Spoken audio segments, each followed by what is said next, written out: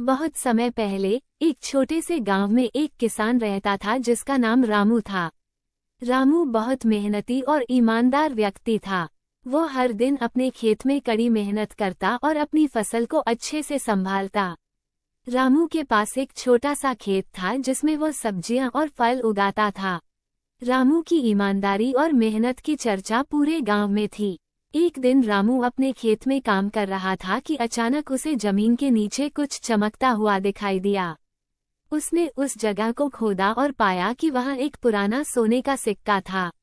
रामू बहुत खुश हुआ, लेकिन उसने सोचा कि यह सिक्का किसी और का हो सकता है। रामू ने गांव के मुखिया के पास जाकर सोने का सिक्का दिखाया और कहा, मुझे ये सिक्का मेरे खेत में मिला है, लेकिन मैं नहीं जानता कि यह किसका है। मुखिया ने रामू की ईमानदारी की सराहना की और कहा, तुम्हारी ईमानदारी के कारण ये सिक्का अब तुम्हारा है। रामू ने सोने का सिक्का लेकर घर वापसी की और उसे सुरक्षित रख दिया। कुछ दिनों बाद रामू अपने खेत में फिर से काम कर रहा था कि उसे एक और चमकता हुआ सिक्का मिला। उसने फिर से वही किया और सिक्का मुखिया को सौंप दिया। इस बार भी मुखिया ने रामू की ईमानदारी की प्रशंसा की और सिक्का उसे वापस दे दिया। रामू की ईमानदारी का ये सिलसिला चलता रहा और उसे कई सोने के सिक्के मिले। उसने सभी सिक्कों को गांव के मुखिया को सौंपा और हर बार मुखिया ने उनकी ईमानदारी की सराहना की और सिक्के उसे वापस दे दिए। एक दिन गांव में एक अमीर व्यापारी आया और उसने गांव वालों को बताया कि वो एक बड़ा व्यापारिक सौदा करने आया है। व्यापारी ने गांव में एक प्रतियोगिता रखी और कहा, जो भी सबसे अधिक ईमानदार व्यक्ति होगा उसे मैं एक बड़ी संपत्ति दूंगा।